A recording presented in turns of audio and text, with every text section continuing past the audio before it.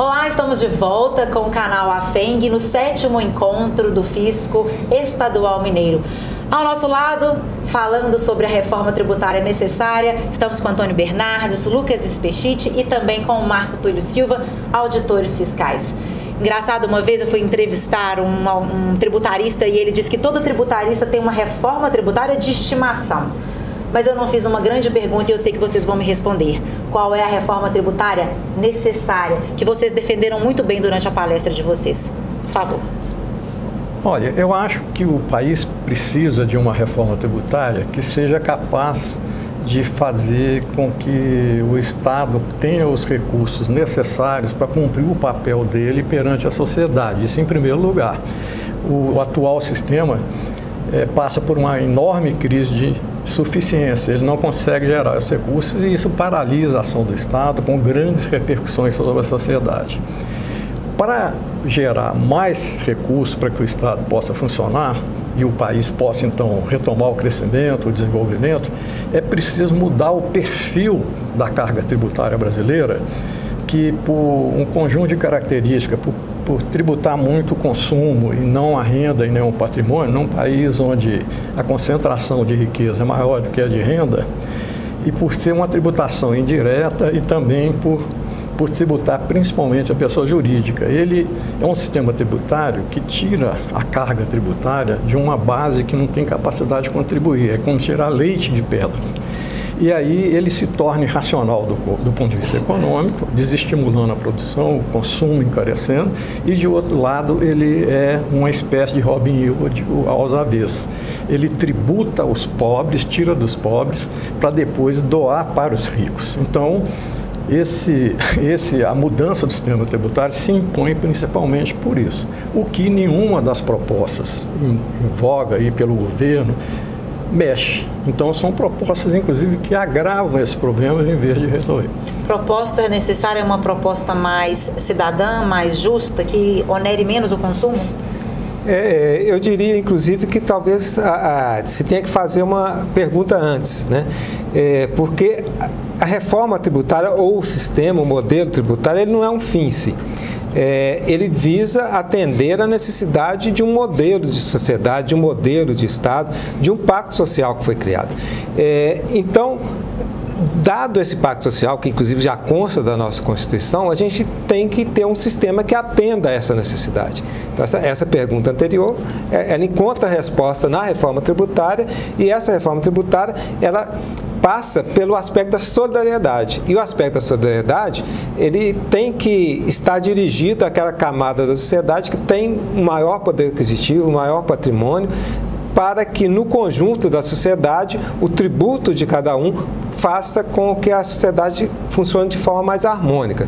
E nesse sentido, com certeza, não passa pela tributação do consumo, porque é uma tributação que todos nós, o pobre, o rico, contribuem da mesma forma. Nós temos que ter modelos que tributem a renda, que tributem o patrimônio, de forma que aqueles que têm mais contribuem mais, aqueles que têm menos contribuem menos. Lucas, difícil é convencer os grandes detentores das riquezas a trabalhar de uma forma mais solidária, ou estou enganada? Olha, é difícil, mas é necessário, né? Porque do jeito que nós estamos, né, a economia não cresce, as empresas estão falindo, né, o desemprego está alto. Então, para a gente colocar o sistema tributário a favor da sociedade, né, e a favor de um modelo, né, criado pela Constituição, nós precisamos gerar os recursos necessários. E aí, Raquel, realmente nós não podemos continuar pensando que vamos tributar consumo, porque senão vira confisco, já é confisco, sabe? Então as faixas de renda até R$5.000 por mês, elas já pagam uma carga tributária de 40%, de 50%, que são cargas similares aos países desenvolvidos, né?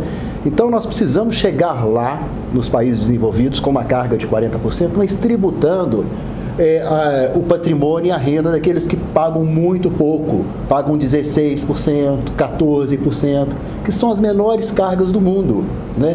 E é possível fazer isso usando o estudo que nós temos de reforma tributária, que nós já mapeamos todas as fontes, os recursos que estão lá, né?